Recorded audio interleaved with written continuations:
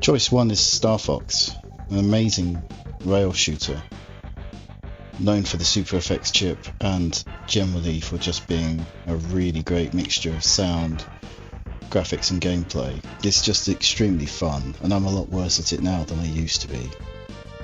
What I've started to realise about the games in this series is that, apart from the ones obviously that I just didn't know at all, I can split them into sort of 3 eras, maybe 4 eras. Era 1 would have been playing games at my cousin in London every Saturday, because he had a load of SNES games. He was a bit older than me, so he had a little bit more, he had access to cash that I did not. So that was my initial experience, and then a little bit later, era 2, is when I got a SNES with the Super Scope, which was obviously a great option. I built up a tiny library of games, and then we started to swap games, my cousin and I. Era 3 would have been later on in life when I rediscovered the SNES in the 2000s. I had a SNES again and just tried out a few games that I hadn't tried the first time around, and then the final era would have been when I got the Classic Mini. And of course the Classic Mini had Star Fox 1 and Star Fox 2 on it. Star Fox 2 was very interesting, I have to say. It was unreleased at the time. But Star Fox 1 was definitely, was it 60, 70 pounds? It was not cheap, and it definitely wasn't owned by me. I borrowed it from my cousin, or played it at my cousin's. Highly recommended. I was looking at some of the YouTube comments on this just to see if anything really stood out. Listening to this driving on the freeway is awesome. That's interesting, because that's almost the criteria I am trying to go by. Although another person says, do not listen to this while driving, your car will start to shoot lasers and fly. I'm not sure that's true. And the music is so good, you'll actually notice how good it is. Well, that is profound. But would I put this in my car, on my tape? Maybe not. Maybe not with this one. But it is a classic. Game 2 this week is F-Zero, which has many candidates that deserve to be considered for this list, such as Mute City, Deathwind, Whiteland, but the one I've chosen is Port Town. Port Town is my favourite of those. F-Zero, again, thinking really hard here. F-Zero was my cousin's. Again, I didn't have it, but I didn't have it then, but I definitely bought it later in life.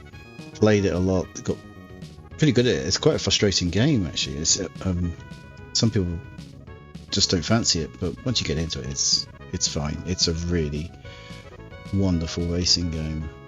I think it's only let down by the fact it's one player, but it doesn't really bother me. I think it's rammed with great tunes, but Port Town is my favourite. It's my favourite track, my favourite setting, and best music too, in my opinion. Just looking at what some people have said about this. Warning, do not listen to this song while driving. I found myself doing 70 and a 30. Be interesting to see what I would do in that situation. Probably not speed recklessly though. Real homies prefer Port Town over Big Blue. Big Blue, of course, but this is better. And I love the intensity of this song. Oh, thanks very much. So yeah, I think this one, I would listen to this in the car. It's cool. Selection 3 is the absolutely epic shoot 'em up Super R-Type. I'm absolutely bad at it. I was bad then and bad now. It looks awesome though. It plays great. The whole sound design is amazing. Not just the music, but the atmosphere created by the sound effects. Again, wait for it. This was my cousin's. I didn't own Super R-Type. It would have been wasted on me. There's nothing to be gained from playing level 1. You don't pay £40 to play level 1 every few weeks. So playing it at his was the way to experience it without really being any good at it. Great game though. I can see the brilliance of it. Obviously, if I'd realised as a kid there was very easy mode, I might have actually had more of a chance, but we don't know when we're young. I really like this, and I was just looking at what other people said. The soundtrack of this game were so high CD quality. I remember how praised I was for this game when I was a little, and still is even as an adult. The fact that this sounds like a Sega CD game is insane for a sound chip. Goes to show just how high quality the SNES was. Well, I agree, I think the SNES music is absolutely awesome in places. It's epic, that's why we're doing this series. That bass solo, holy shit, the attention to detail. Excuse the language there, honestly. This would go on. This would go on the tape. I'm hyped for it, just reading those comments. Like, yes! Let's do it. I don't know what we're doing, but let's do it. Selection 4. Top Gear. Top Racer in the UK, possibly Europe, definitely UK. Top Gear is basically the Lotus series from the Amiga repackaged for the Super Nintendo, and it's absolutely brilliant. It's better. I would say it's better than Lotus.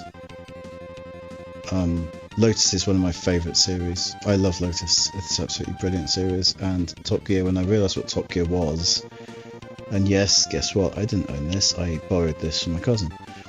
Once I realised what it was, I was blown away. And it even had some of the songs from the original game.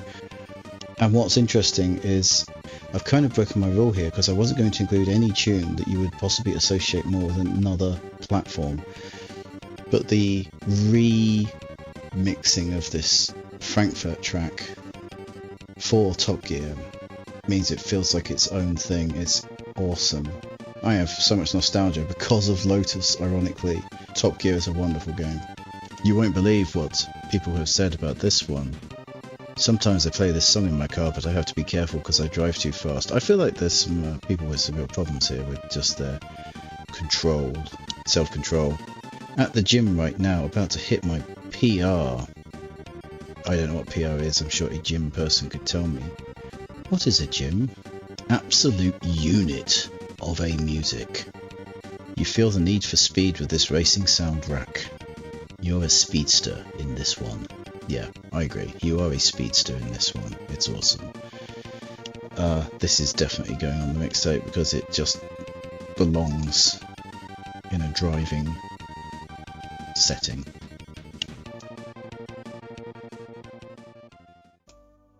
My final choice this week is a really interesting one for me because we are breaking the nostalgia cycle here.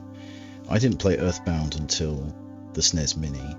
I'm not an RPG guy, and I played it because when I initially got the Mini, it was vanilla, so it was just the 21 games that were on there, and I gave them all a real fair crack of the whip. And Earthbound is the only RPG, possibly on any platform ever, that I have truly played for many hours, because it's just not my genre, but I really enjoyed it when I did. And the thing that stood out for me is Buzz's Prophecy. This is a really interesting piece of music because it sounds, I don't want to say noise rock, it's not noise rock, but it's ambient and distorted and just slightly strange, and it feels so much more than just computer game music. And don't get me wrong, the whole series is celebrating computer game music, but this feels like a piece of music where it's not even close. I would obviously want to listen to this anyway. Some people won't get that, I understand that, but I'm relieved to see I'm not alone. This is the exact moment when you realise you're about to experience one of the greatest pieces of media ever made. They're obviously talking about Earthbound, but I like the fact that the music has triggered that feeling. This sounds like three kids sitting at a piano taking turns playing different melodies. Exactly, that's why it rules. It's already dawn outside, but that doesn't matter to me. Wow. Probably one of the most beautiful video game tracks I've heard. TBH. This song makes me think about death in a deep way that I just cannot explain. So there's some pretty heavy comments on this one. This is intense. It's brilliant, absolutely brilliant.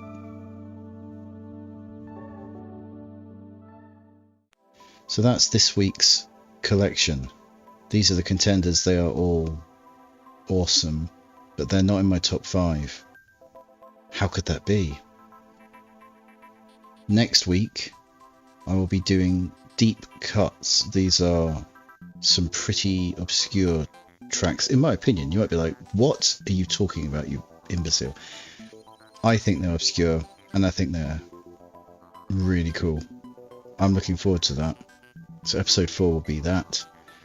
If you have any sort of comments or tunes that you think are being missed of any kind, doesn't matter if they're obscure or just the most mainstream track ever, just throw them out there. I'm always interested, because I will be doing at least one episode of Viewer's Choice. So basically I think we've already got enough for one episode probably to be going on with, but the more the merrier. So thanks very much, and I will see you on another time.